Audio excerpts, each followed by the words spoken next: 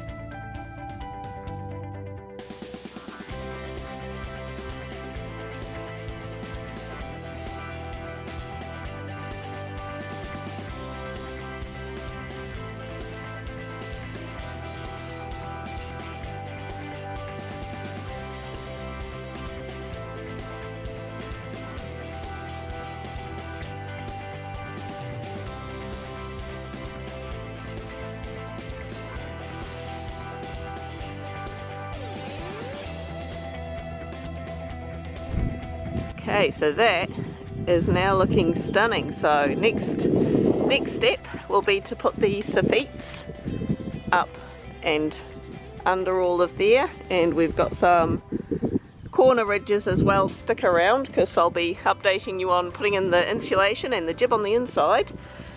And I'm also about to start staining this because I just noticed some of the woods, that's the worst bit really, but although it's a nice colour, it won't stay that way, it will silver up. So what we're actually going to do is we've got a we've got a playground over there stained another darker colour, so our plan is to stain it